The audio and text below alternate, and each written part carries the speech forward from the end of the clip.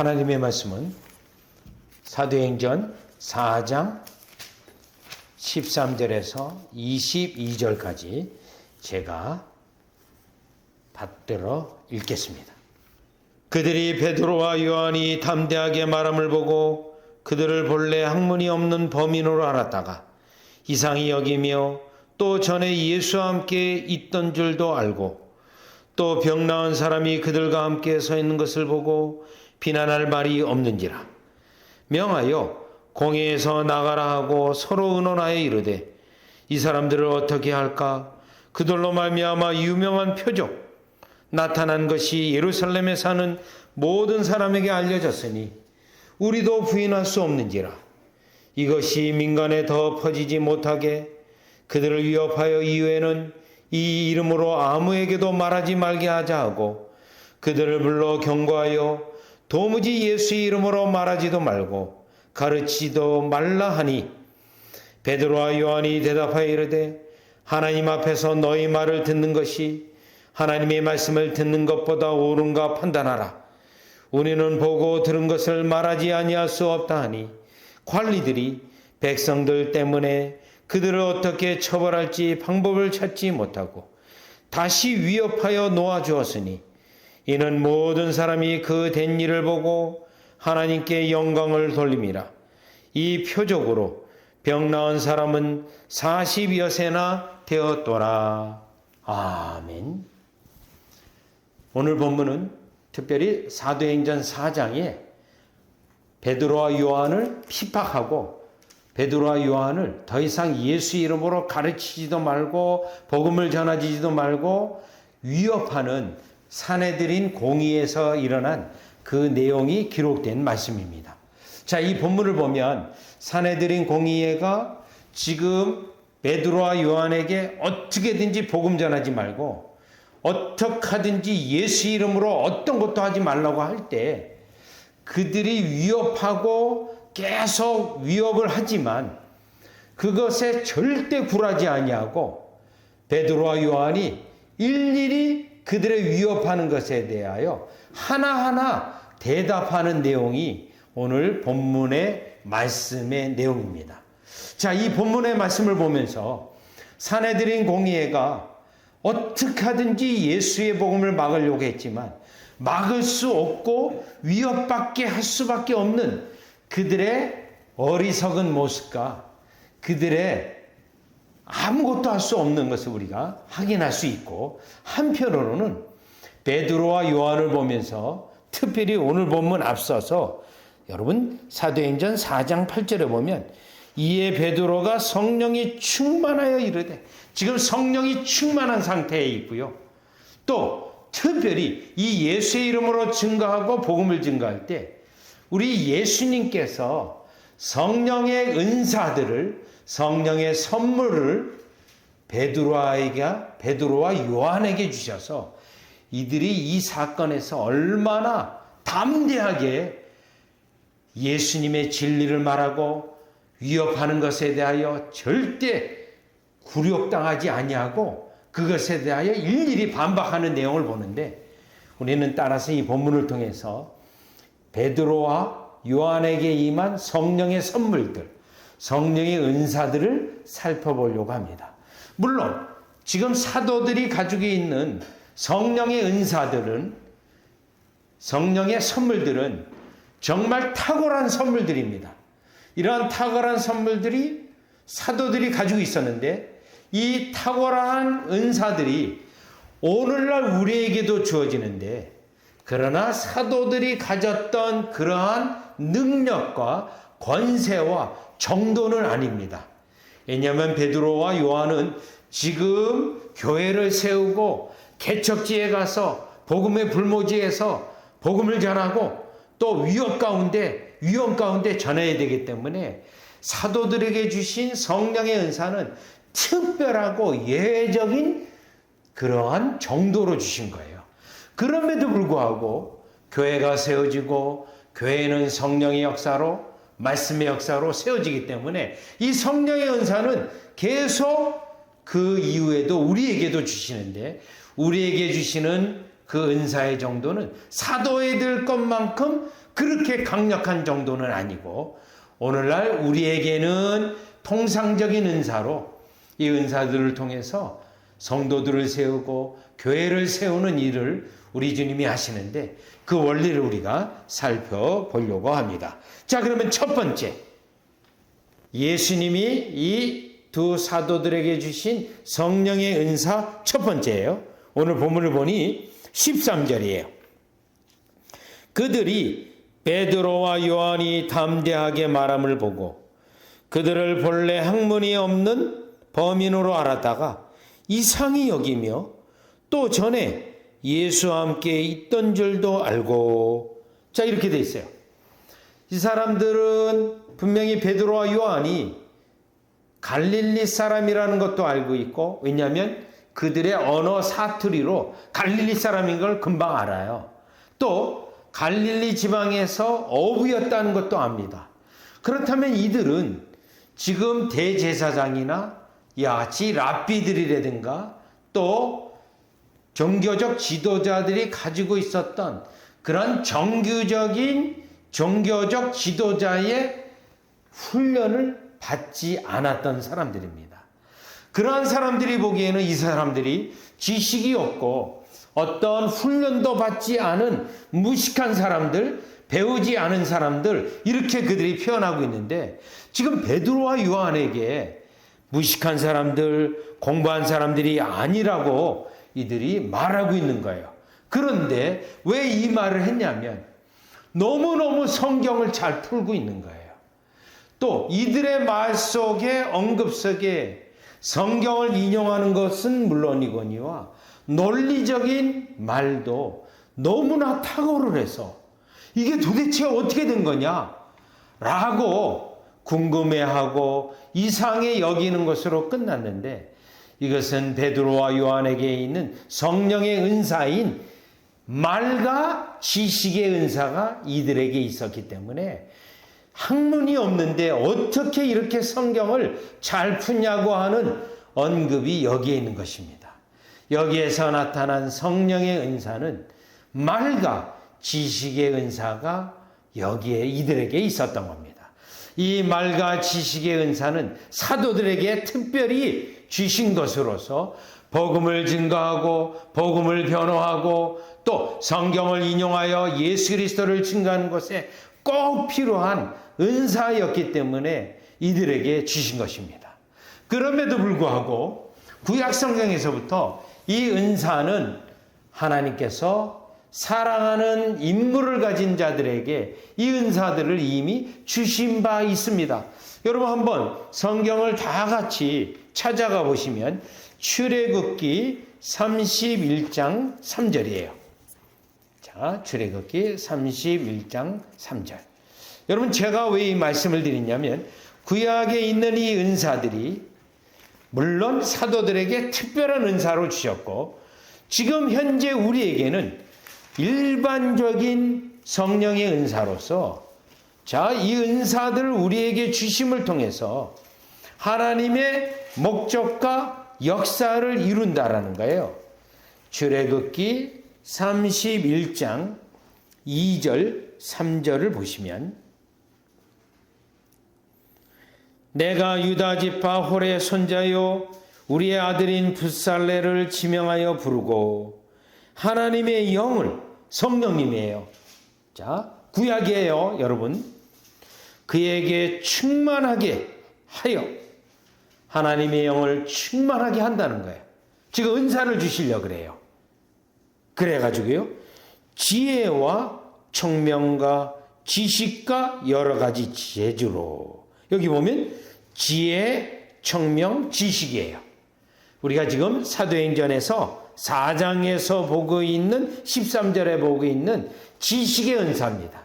이 지식의 은사는 말하는 것과 함께 가는 은사입니다. 신약에서는. 그런데 사도들이 가지고 있었던 거예요. 여러분 이 부분은 은사가 얼마나 이 은사가 소중한지 신약 성경을 한번 더 찾아서 가서 보겠어요. 고린도후서 8장 7절이에요. 고린도후서 8장 7절을 보시면 사도들이 가지고 있었던 특별한 은사고 현재 우리에게도 이 은사가 주어지는데 일반적인 은사로 우리에게 복음 사역을 할 때 여러분이 때로는 전도할 때 때로는 여러분이 예수님에 대해 설명할 때 여러분에게도 지금 주시는 은사입니다.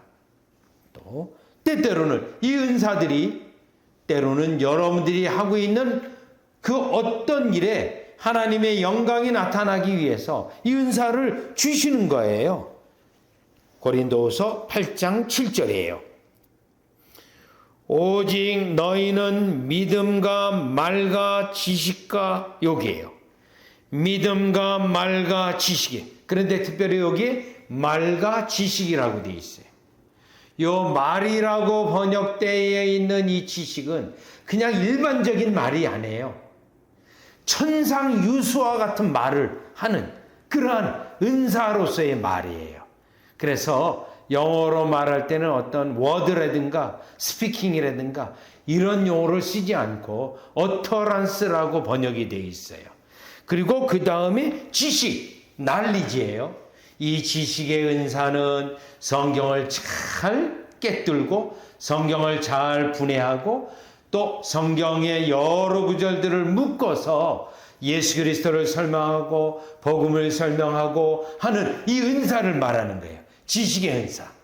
따라서 사도들은 이 은사를 가지고 지금 사내들인 공의회가 예수 이름으로 더 이상 말하지도 말고 가르치지도 말라 하는데 이 은사를 가지고 지금 예수님의 복음에 대해 말했고 예수님이 살아계신가 또 구약성경에 있는 성경을 인용하여 이들이 말을 했기 때문에 사내들인 공의회 사람들은 아니 배우지도 않은 사람들인데 신학 지도자 훈련도 받지 않은 사람들인데 어떻게 이렇게 성경을 잘 꿰뚫고 설명을 할 수 있는가라고 그들이 의아해했다는 것입니다. 그런데 이것은 성령의 은사로서 그들에게 임하였기 때문에 이와 같이 복음을 전할 수 있도록 해 주신 것입니다. 여러분, 이 은사는 세상 교육을 많이 받고 또 많이 배웠다고 이 은사가 있는 거가 아닙니다. 하나님이 이 복음을 잘 설명하고 또 복음 사역자로는 이 사역을 잘하도록 주시는 거예요. 주시는 거. 네. 여러분이 지금 주요마다 또 그룹으로 모여 성경 공부를 합니다. 이때 여러분들에게 이와 같이 말과 지식의 은사가 있어서 여러분들이 또 잘 설명하고 또 나누고 하는 것이 우리에게 여전히 필요한 은사입니다. 여러분, 이 은사가 있으면 저는 여러분들이 때때로 사회생활할 때도 이 은사가 여러분에게 상당히 하나님의 일을 하는데 또 어떤 일들을 하는데 큰 은혜를 끼칠 수 있는 수단이 된다는 것을 저는 확실히 알 수 있습니다. 사도 바울은 이 은사가 얼마나 소중한지 귀한지 디도서 1장 1절에 보면 진리의 지식이라고 되어 있습니다.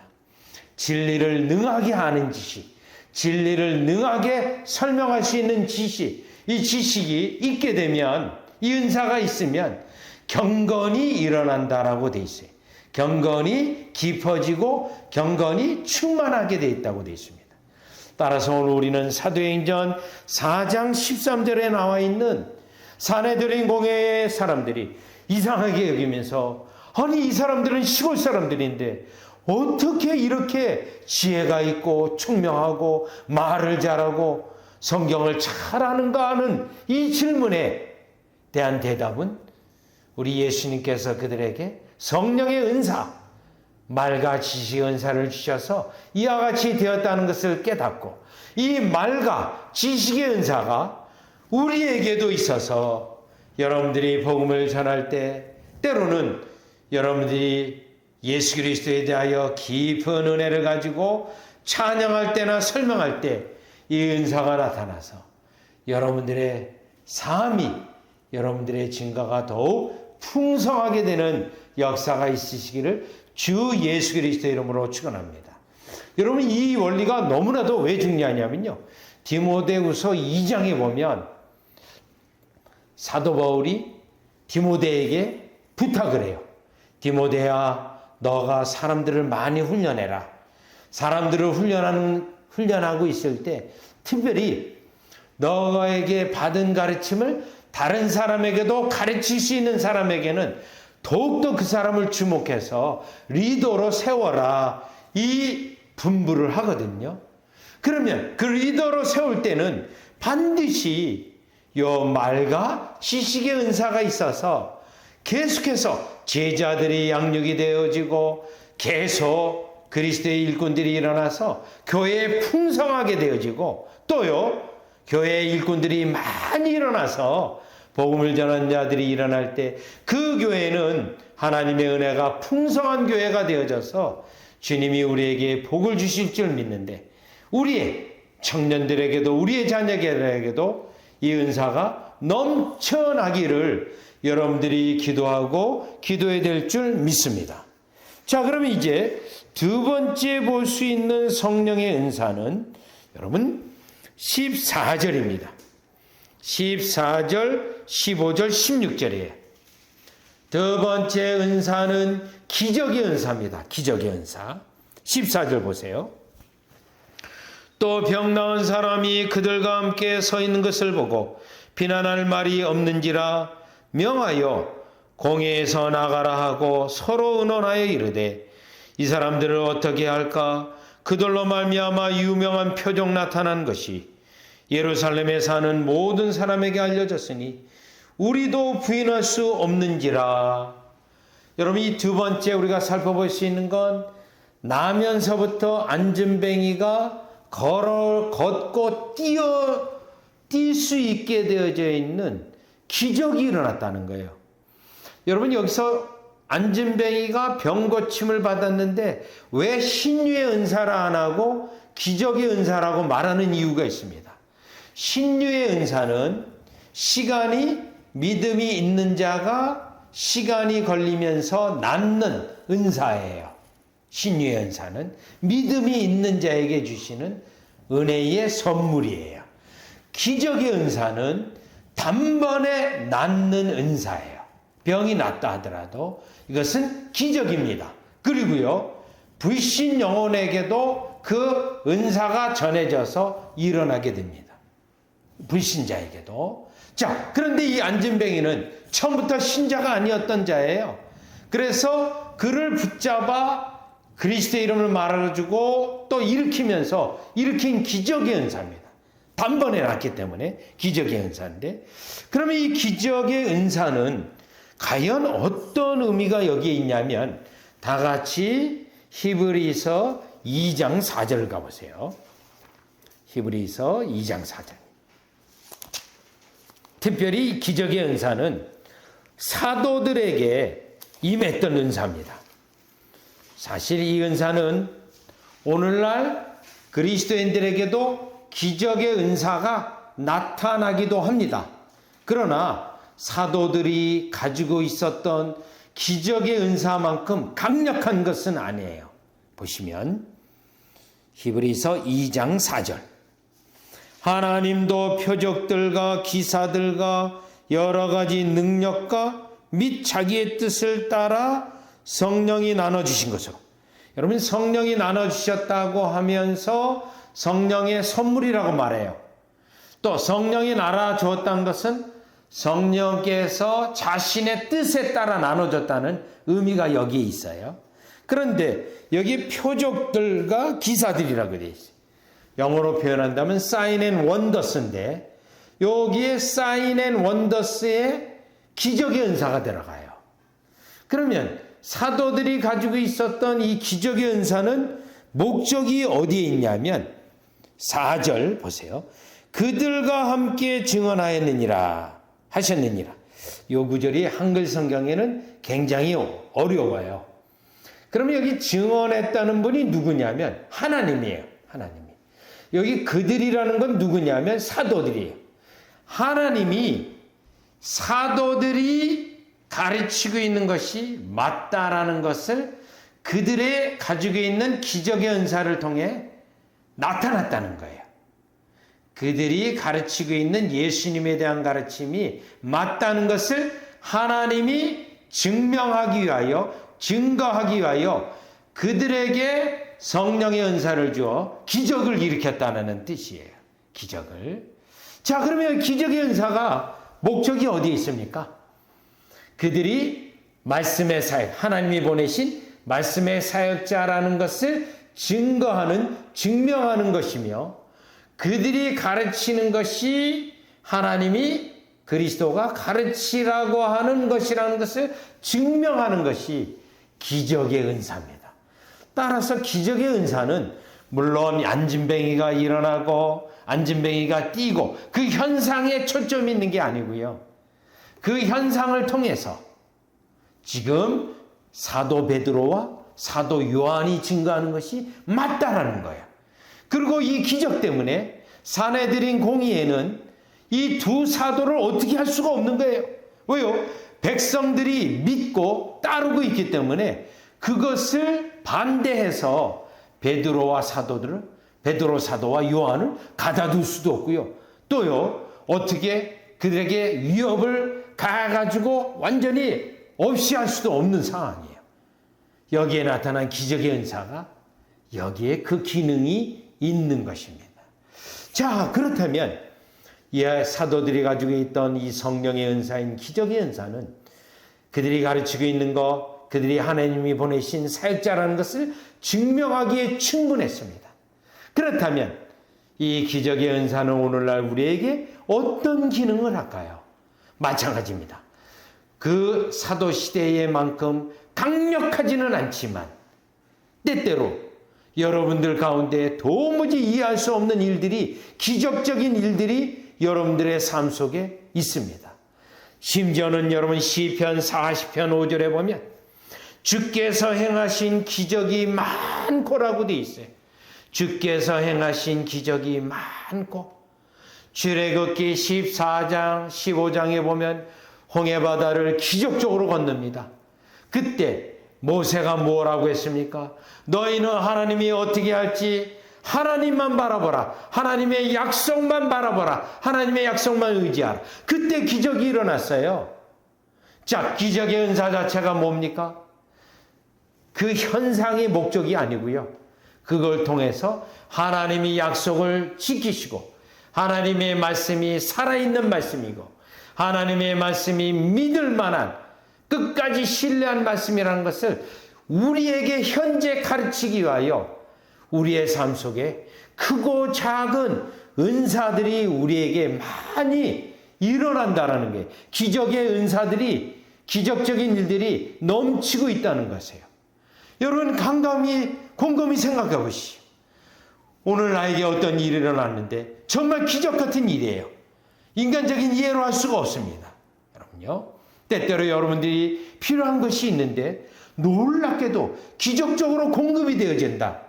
그런 것은 하나님이 우리를 보시고 기적적인 역사를 통해서 그 하나님의 말씀이 신실한 말씀이요, 약속만 끝까지 신뢰하라는 거예요. 그래서 특별히 어려울 때, 위급한 상황 속에서 선지자의 말을 신뢰하라. 여호와의 하나님의 말씀을 끝까지 신뢰하라. 하나님이 어떻게 행하시는지 보아라. 그와 같이 했을 때 우리 하나님의 응답은 항상 기적적인 역사예요. 요단강을 갈라지고 그 요단강을 건널 때도 그랬고요. 여리고성이 무너질 때도 그랬고요. 또요, 원수들이 모압, 암몬이 쳐들어왔을 때도 그들을 물리친 것은 하나님이었어요. 이스라엘 백성은 찬양대만 세워서 찬양만 했을 뿐입니다. 그런데 하나님이 모든 일을 기적적으로 일을 이루신 겁니다. 따라서 오늘 우리가 사도행전 4장에 두 번째 나타나는 은사, 사도들이 가지고 있었던 기적의 은사는 그들의 말씀이 맞다는 것, 하나님이 그들을 사역자로 보냈다는 것을 증명할 뿐만 아니라 오늘날 우리에게도 그들 베드로와 요한에게는 위협을 더하지 못하도록 하나님이 완전장치를 마련해 놓고 오늘날 우리에게도 이와 같은 은사를 통하여 오직 하나님의 약속을 믿고 신뢰하고 의지하도록 여러분에게 이와 같은 삶 속에 놀라운 일을 행하시는 특별히 예수 그리스도 성령 하나님을 은사를 사모하고 찬양하는 여러분이 되어지시기를 주 예수 그리스도의 이름으로 축원합니다. 자, 그래서 이제는 세 번째예요. 세 번째 성령의 은사는 무엇으로 나타났냐면, 여러분 문맥상 17절을 보겠어요. 17절. 이것이 민간에 더 퍼지지 못하게 그들을 위협하여 이후에는 이 이름으로 아무에게도 말하지 말게 하자 하고. 여러분 지금 산헤드린 공의회는요, 베드로와 요한을 불러서 할 수 있는 게 없어요. 위협밖에 못하는 거예요. 위협이요. 또 18절이요. 그들을 불러 경고하여 도무지 예수의 이름으로 말하지도 말고 가르치지도 말라 하니. 자, 오직 이들이 급했으면 예수의 이름으로 말하지도 말고 가르치지도 말라. 여러분 이 말씀은 사실 어떻게도 해석할 수 있냐면 그냥 가르치라는 거예요. 근데 예수의 이름은 절대로 하지 말라는 거예요. 오직 급하고 답답했으면 이러한 위협을 했을까요? 위협을요? 말도 안 되는 위협이죠. 자, 그런데 이런 위협에 대하여 베드로와 요한은 어떻게 응답했냐는 거예요. 여기에 세 번째 은사가 나타납니다. 세 번째 19절. 베드로와 요한이 대답하여 이르되 하나님 앞에서 너희 말 듣는 것이 하나님의 말씀을 듣는 것보다 옳은가 판단하라. 우리는 보고 들은 것을 말하지 아니할 수 없다 하니. 여러분 지금 17절 18절에 위협하고 경고했어요. 그런데 19절 20절에 베드로와 요한은 어떻게 응답했습니까? 말도 하지 말아라. 너희들이 위협하고 경고해도 우리는 계속 예수 이름으로 말하고 가르칠 것이다. 이렇게 담대함으로 응답을 한 거예요. 담대함으로.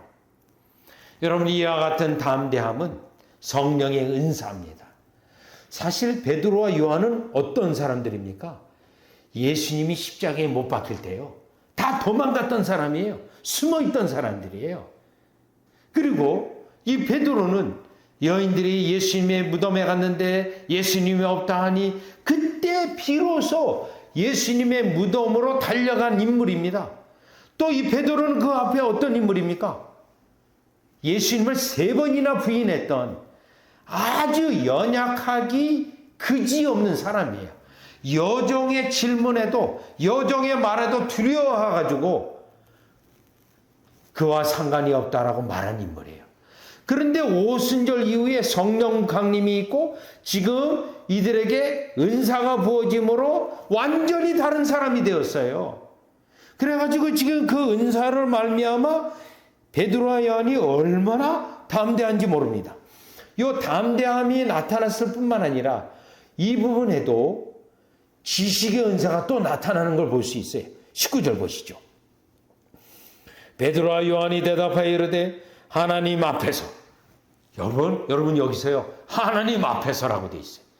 지금 하나님이 우리를 다 보고 계십니다. 이렇게 말하는 거예요. 산헤드린 공의회.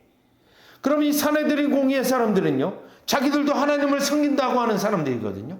그런데 베드로와 요한이 하나님이 다 보고 계시다 라고 말한 거예요. 너희 말을 듣는 것이 하나님의 말씀을 듣는 것보다 옳은가 판단하라. 이건 한마디로 뭡니까? 너희들이 잘못되지 않았느냐. 지금 하나님이 우리를 이와 같이 기적의 은사, 말과 지식의 은사를 통하여 마땅히 할 말을 하는데 너희가 하나님을 억제하고 하나님을 거부하고 하나님을 이와 같이 반대하려고 하느냐? 이런 말에 해당되거든요. 여러분 이 말은 그 담대함이 이루 말할 수 없는 담대함입니다. 담대함이요. 그 다음 20절 보세요. 우리는 보고 들은 것을 말하지 않을 수 없다 하니 20절 뭐죠? 너희들이 위협하고 경고해도 우리는 계속 할 거라는 거예요. 오늘날로 따지면 선전포고예요. 선전포고. 자, 얼마나 담대합니까? 지금 누구 앞에서요? 가장 권위 있고 유력하다고 하는 산헤드린 공의 앞에서 이와 같은 말을 했던 거예요. 과거 역사를 보면 때때로 이와 같은 담대한 목회자들이 있었어요. 순교 시대에 어려운 핍박의 시대에 1570년대 스코틀랜드에 존 낙스라고 하는 목사님이 계셨어요. 이 존 낙스 목사님이 그 당시 여왕에게 여왕을 비난하는 말을 계속했어요. 여왕이 잘못됐다고 계속 말했어요. 왜냐하면 지금 스코틀랜드 나라가 다시 로마 카톨릭으로 돌아가고 있어요.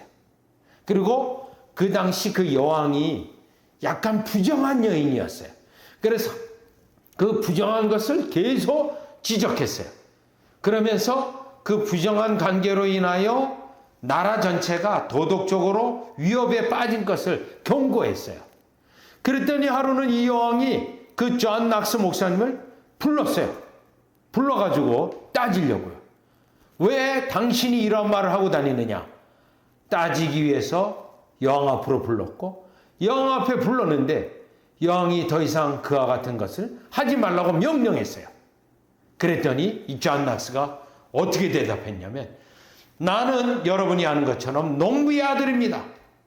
그러나 나는 하나님의 말씀의 사역자입니다. 내가 하나님의 말씀대로 이와 같이 잘못된 것을 잘못됐다 하고, 이와 같이 하나님이 경고하는 것을 여러분에게 경고한 겁니다. 이 말을 했습니다. 그때 여왕은 더 이상 어떻게 할 수가 없고 그냥 존 낙스를 내보낼 수밖에 없었는데, 이건 역시도 존 낙스 목사님도 이 담대함은 하나님의 선물인 성령의 은사인 은사로 말미암아 그들에게 이와 같이 임했던 것입니다. 자, 따라서 오늘날 우리에게는 이 은사가 사도들이 가지고 있는 것만큼 강력하지는 않지만 이 은사가 필요합니다. 사도 바울은 사역을 할 때 이 은사가 꼭 필요하기 때문에 자신에게도 이 은사가 있게 되기를 성도들로 하여금 기도하도록 하게 했습니다. 사도 바울도 이 은사를 가지고 사역을 했는데 어떻게 사역했는지 한번 다 같이 사도행전 13장 9절에서 10절로 가보세요. 사도행전 13장 9절에서 10절인데요. 사도행전 13장 9절이요. 바울이라고도 하는 사울이 성령이 충만하여 그를 주목하고, 자, 누구에 대해서 말을 하냐면 마술사 엘루마예요. 마술사 엘루마. 이 사람은 총독하고도 아주 가까운 사람이에요. 총독하고도. 그런데 이 말을 해요. 10절. 이르되 모든 거짓과 악행이 가득한 자요, 마귀의 자식이요, 모든 의의 원수요, 주의 바른 길을 굳게 하기를 그치지 아니하겠느냐. 지금 사도 바울이 총독과 매우 가까이에 있는 이 마술사 엘루마에 대하여 이렇게 경고하고 책망한 거예요. 이것은 성령의 은사입니다. 담대함으로 한 은사예요. 그러면 이 은사를 가지고 있는 사도 바울이 늘 항상 이 은사 때문에 그는 사역을 할 수 있을까요? 사역을 하나요? 여러분, 성령의 은사는 하나님이 주시는 때로 한 번 있다고 계속 있는 게 아니에요. 그때 하나님의 역사의 때에 따라서 주시는 거예요. 그렇기 때문에 에베소서 6장 19절 20절을 가요. 자, 에베소서 6장 19절하고 20절에 가면, 나는 담대해. 언제든지 나는 확신을 가지고 늘 자신 있게 설교할 수 있어. 그게 아닙니다. 설교할 때마다 하나님 말과 지식의 은사가 있고 담대함의 은사가 저에게 임해서 오직 성령님이 하시는 대로 따라 말씀을 증거하게 해주십시오라고 복음사역자는 다 그렇게 기도해야 돼요. 나는 성령의 은사가 항상 있으니까 나는 기도 안 해도 말씀을 담대하게 전할 수, 그러지 않은 교만한 자예요. 자, 에베소서 6장 19절 20절을 보면, 또 나를 위하여 구할 것은 내게 말씀을 주사. 이거는 우리가 아까 배웠던 지식의 은사예요. 지식의 은사. 나로 입을 열어 복음을 비밀을 담대히 알리게 하옵소서 할 것이. 여기 담대히는 뭐죠? 담대함. 은사예요. 지금 세 번째, 은사로 하는 세 번째. 20절. 이 일을 위하여 내가 쇠사슬에 매인 사실이 된 것은 나로 이 일에 당연히 할 말을 또 다시 말해요. 담대히 하게 하려 하심이라. 담대하심. 이 은사가 필요한 겁니다. 여러분요. 여러분이 때때로 예수님의 이름으로 나아갈 때 이 은사가 여러분에게 필요해요. 또요. 성경을 가르치는 말씀 사역자에게 반드시 있어야 되는 은사예요. 그래서 설교에서도 확신을 가지고 때로는 담대할 때 큰 목소리로 강력하게 증거하는 이 은사가 필요한, 저에게 반드시 필요한 거고요. 또요, 오늘 이 예배 함께하는 우리 다니엘 강도사도 이 은사를 구해야 됩니다. 하나님 이 은사를 주십시오. 내가 전하는 것이 아니라 성령의 은사로 예수님의 말씀을 그대로 성령이 주시는 은사 지식의 말씀으로 증거하게 해달라고 하는 이 기도가 있어야 되고 은사가 반드시 필요한 것입니다. 더군다나 오늘 다시 사도행전 20절하고 1절로 가보면 얼마나 하나님 말씀 중심으로 하나님 영광 중심으로 이 말씀을 하고 있습니까? 하나님 말씀 중심, 하나님 중심, 하나님 영광 중심이. 즉 사람을 두려워하지 않는다는 거예요. 여러분 사람을 두려워하면 우리가 범죄하게 돼 있어요. 사람을 두려워하면은 올무에 걸려 넘어지게 돼 있어요. 잠언서 29장 25절에 보면 사람을 두려워하면 올무에 걸리게 되거니와 여호와를 의지하는 자는 안전하리라. 사람을 두려워해서 외식하거나 거짓말하게 되면 우리에게 위협이 되는 일이 있어요. 그런데 하나님을 의지하고 담대하게 되면 오히려 안전하대요. 하나님이 지킨대요. 따라서 우리는 이 담대함의 말씀의 확신에 이 은사가 우리에게 필요한 겁니다.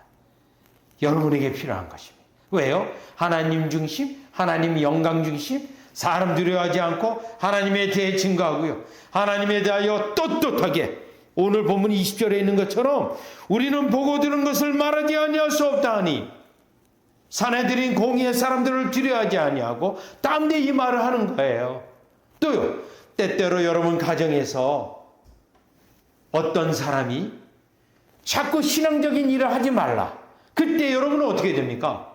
담대함으로 여보 그거는 신앙적인 일이 아닙니다. 하나님의 말씀에 의하면 그것은 성경적이 아닙니다. 그렇게 하면 안 됩니다. 그렇게 아내가 말하고 때로는 남편이 아내에게 여보 그것은 성경적이지 않아요. 그렇게 하면 안 됩니다. 그런데 사람의 눈치를 보거나 사람에 끌려가게 되면 오늘 본문과는 정반대로 오히려 하나님 앞에 죄를 짓게 된다는 거예요. 그런데 잠언서 말씀도 기억하세요. 29장 25절. 사람에게 올무가 되지 아니하고 오히려 하나님의 은혜로 담대하게 되면 안전하다는 거예요. 여러분이 안전하다는 약속이 있습니다. 어렵게 되지 않아요. 때때로 무서운 사람이면 무서워. 그러면 안 돼요. 안전하지 않아요. 따라서 이 담대함의 은사가 우리에게 여러분에게 있어서 진리 가운데 삶을 통하여 하나님이 함께 하신가 축복하심이 여러분에게 넘치시기를 주 예수 그리스도의 이름으로 축원합니다. 기도드리겠습니다. 하나님 아버지 은혜를 감사드립니다.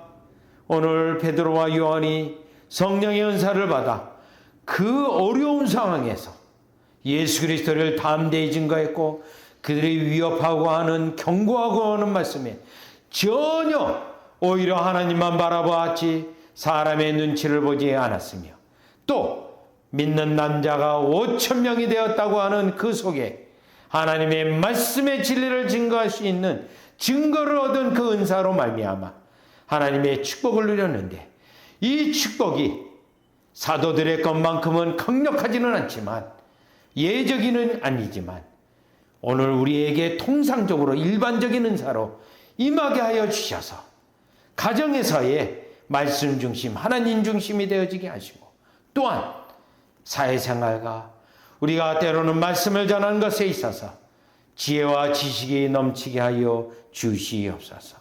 예수님의 이름으로 기도리옵나이다. 아멘.